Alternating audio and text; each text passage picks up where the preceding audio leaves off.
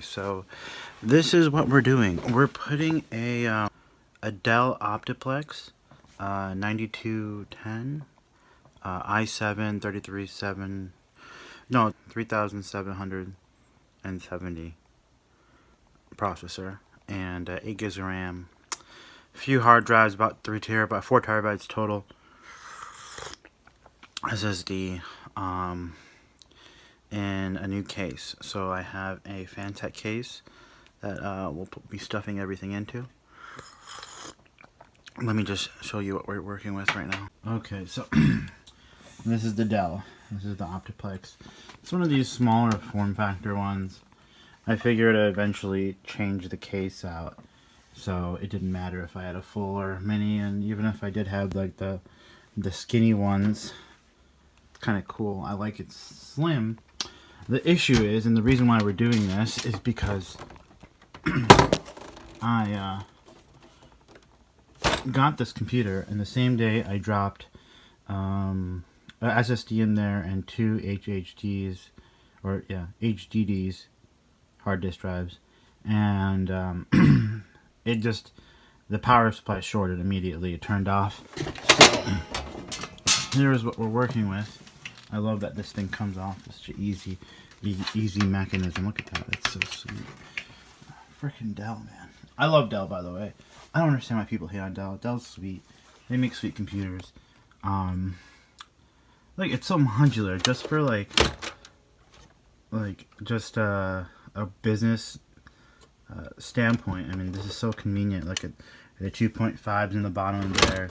This case is sweet. I'm kind of a little bummed that the power supply wouldn't power it, but that's okay because you're about to see what we have in store. So the crazy thing is, I really don't know what the size of motherboard this is. I'm hoping, like crossing my fingers, that this is like a micro ATX standard size or something like anywhere near like that. If I have to like do some custom mods to it and get it in the new case, I will, but for the most part, we're stuffing this setup into the sucker here. So this is a Phanteks P300. It's a slightly newer model. This is the front of it. So I think this takes micro ATX, ITX, and maybe even a full ATX. Looks like it probably could. So I think that's what's gonna happen. We're also gonna stuff this shitty graphics card in there and hear this thing roar. Now, the feasibility of this build has come into question in my head, and I'm sure you're wondering the same thing. Why didn't he buy a Ryzen? And that is basically because I'm an idiot.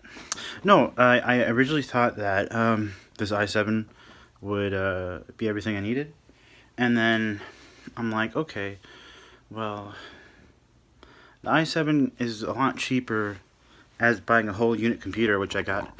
I got a 1 terabyte i7 with 8 gigs of RAM for $170, which is like, you're not going to build a Ryzen PC for that cheap. But if you factor into the cost of like a new case and a power supply, and you're just avoiding paying for the RAM, which is kind of stupid on my part. I should probably just gone with all new components and bit the bullet and bought DDR4, you know, whatever I needed to buy. But this is me being cheap and making a video about it, so there you go. Oh shit. Alright, so we're just gonna dive into this sucker.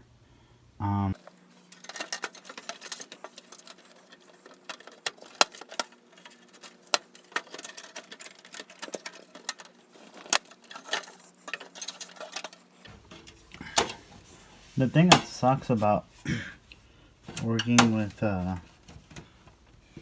computers is if you break it, you're just fucked if you break this. Like, I'm just fucked if I break this. Like, I have no backup.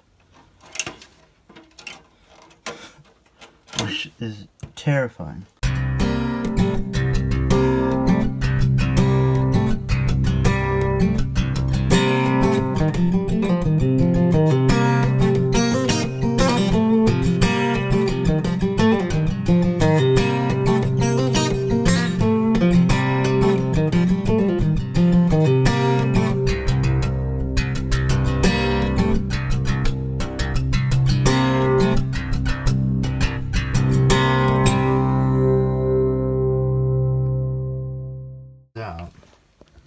that it fits perfectly.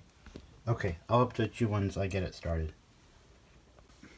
Okay, so essentially what's happening is I got the motherboard in.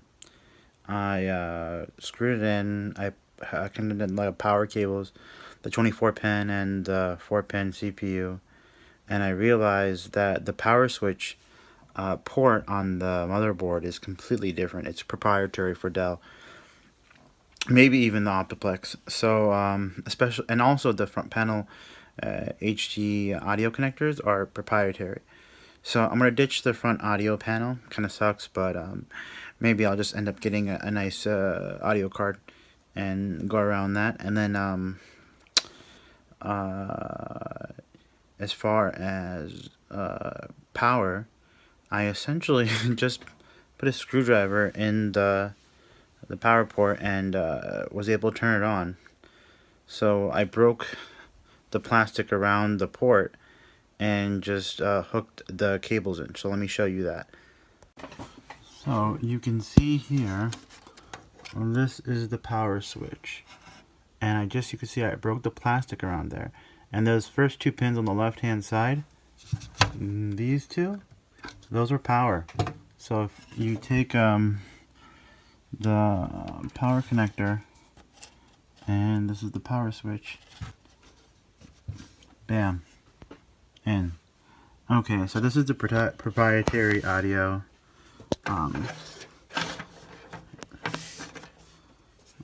Why can I show you that? It's right there.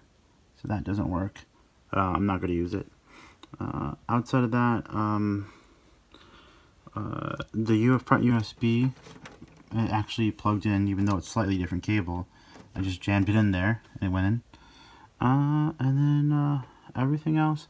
So the fan port for the onboard fan control, that's proprietary. So we're just not going to turn on this fan, and honestly, I probably don't want it on. It's probably going to cause a ruckus. So maybe I'll get a fan controller, or maybe I'll just splice some wires and use the old pin and splice some new wires into this fan. I don't want to break this fan though. It's kind of like a nice fan. So we'll see about that. But let's give it a shot. Let's turn this puppy on. Also, this is a temperature monitor, and this is the speaker for the internal speaker for the case. I just pulled these off the Dell, and I'm just going to plug them in, and I'll find places to mount them somewhere in this case. That's what's nice about this big roomy case. I can find somewhere to put it. So there's two less things that I'm not going to lose.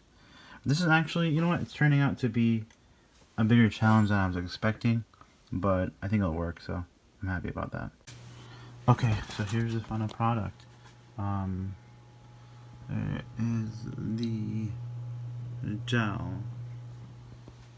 So the computer's on, and as you can see, it's working properly. The Dell works in there. The only real modification I had to do was the power switch. Outside of that, the Asus card's working. This one doesn't have an external power adapter, but my power supply would have supplied it either way. It kind of looks really empty, but like really clean. I like how the inside of this case looks. And Phanteks sets it off with the lights. So I'm pretty happy about that. So there you go. Dell Optiplex upgrade. I'm actually really happy with this case. It's super pretty.